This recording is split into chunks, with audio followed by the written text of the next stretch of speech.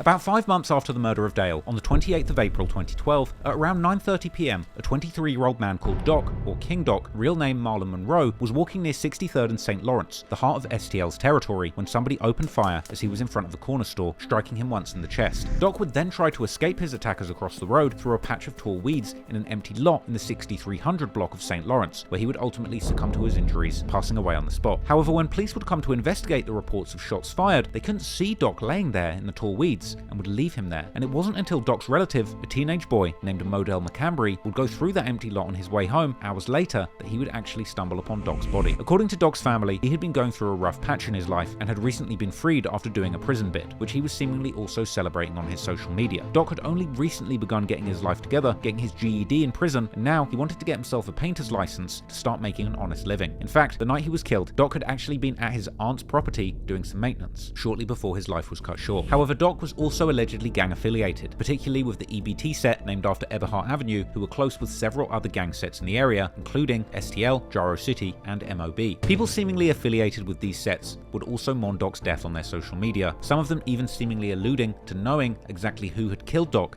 and vowing revenge. The police would also monitor on social media that members of these gangs held Lamron and Brick City, which is an older name for 600's Hood, responsible for Doc's murder. But on the other hand, in 2013, MOB Beans would tweet how he was about to do his ops like Wick, the former name of O-Block, had done to Doc. Now, despite there not being many hard facts that are publicly known about the suspect, online Chiracologists on Reddit who follow the Chicago drill scene closely have theorized that T. Roy may well be the most likely culprit in the murder of Doc. This is seemingly based on factors like T. Roy being known for aiming to the chest and for killing affiliates that weren't directly involved in the many beefs that O-Block had. There are also claims that EBT had been talking about catching T. Roy on Facebook immediately following the death of Doc, but ultimately this murder remained unsolved, despite many people believing that this killing may well have been carried out by a group of shooters from O-Block, which included both King Von and T. Roy. Interestingly, King Von would start a Twitter account in the months that followed this murder, where he would seemingly tweet openly about his friendship with T. Roy and their activities in the streets together, saying that they shoot people like it's nothing, and tweeting openly that he will kill. With this sort of thing casually being tweeted by Von and T. Roy, it's no surprise then that within a matter of months they would both be suspected of yet another murder in the neighborhood.